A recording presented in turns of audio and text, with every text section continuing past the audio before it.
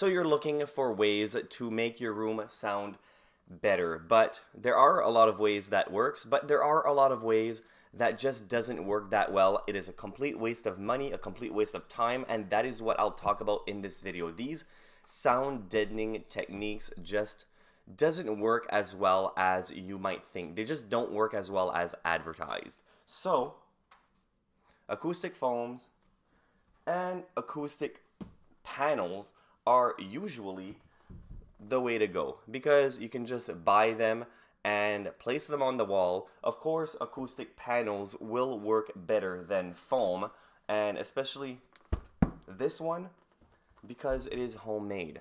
Acoustic panels usually cost around $100 each. You can sometimes get them for a little bit cheaper, but you can build them by watching that video for quite inexpensive. But let's talk about why you're here. These methods just doesn't work that well to make the room sound better. So the first one is egg crates. Now there's a lot of people that seems to think that by placing a bunch of egg crates on the wall will just make the room sound a lot better. In reality, it just doesn't. Primarily because, let's just say acoustic foam. The way this is constructed, the reason that it's designed this way, and also acoustic panels, the reason why there is an insulation inside and a very soft material on the outside is to allow the sound waves to go directly through the material, and in essence, while it goes through, it absorbs the sound. That's the whole reason. You want to eliminate the sound waves from bouncing everywhere. But the thing is, with egg crates, it really doesn't absorb sound waves.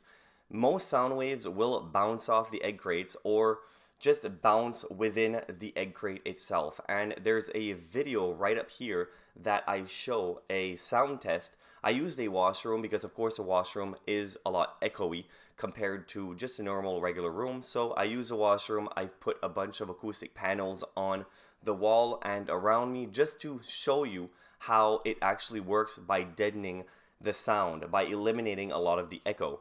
And then I placed a bunch of egg crates on the wall, and you'll see that it just doesn't work as well as you might think, and also it looks like complete. So go watch that video and just see the comparison. Now another thing that is a little bit misleading and just doesn't work that well because it costs a lot of money and you have to install it. It's acoustic paint or sound deadening paint. Now the thing with this type of material, it just doesn't work wonders. One would think that you can just paint the walls and voila, your room sounds a lot better. But I guess it would save you from putting acoustic foam all over your wall. But the thing is that you will be quite disappointed. One of these gallons of paint usually cost roughly $40 to $50, and you need to put at least 3 coats of paint on the wall to be able to have a noticeable difference.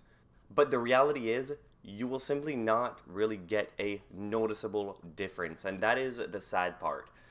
The paint is designed to have elements within the paint to be able to deaden sound, to absorb sound waves. But the reality is, you're painting that on a solid wall. The wall will still be solid.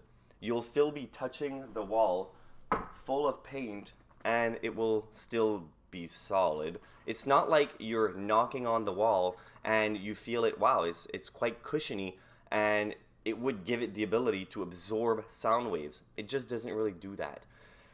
So by painting the wall with acoustic or sound deadening paint will really leave you quite disappointed.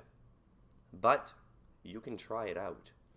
Now, the next one is sound deadening wallpaper. Now, sound deadening wallpaper, you can get a lot of wallpaper that is quite cushiony compared to just your standard wallpaper. So if you've ever had this type of wallpaper around you, you will notice that most of the time these wallpapers are self-adhesive.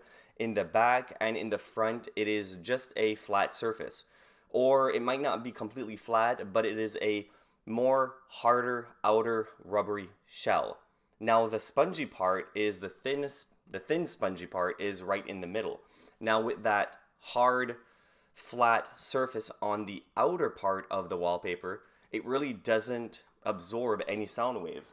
The sound waves will not absorb into the spongy section. It's like if you took this acoustic foam and you place a self-adhesive part in the back, so now the back is a flat surface and the front is a flat surface, so it really doesn't work. So hopefully that answers the question on just what should you kind of avoid when you want to make a room sound better, because I do get this question asked quite a lot. Can I use this type of paint? And yeah, you can use the type of paint, but the thing is that a lot of people that buys these products thinks or are misled to think that they work exceptionally well, and you'll just be left quite disappointed. And it's just too bad, because these products like paint and wallpaper, they have their place, but they just don't really work as well as you might think in soundproofing and sound deadening. And as I said before, these products are quite expensive and you have to put them up yourself. It takes work, time, and money, and there are easier ways to make a room sound better than using these types of products. As I said, if you use acoustic foams, acoustic panels, you just buy them or build them and you can make it sound a lot better. Now, in an upcoming video, I will be building DIY acoustic foam. Now, it's one thing to build the DIY acoustic panels.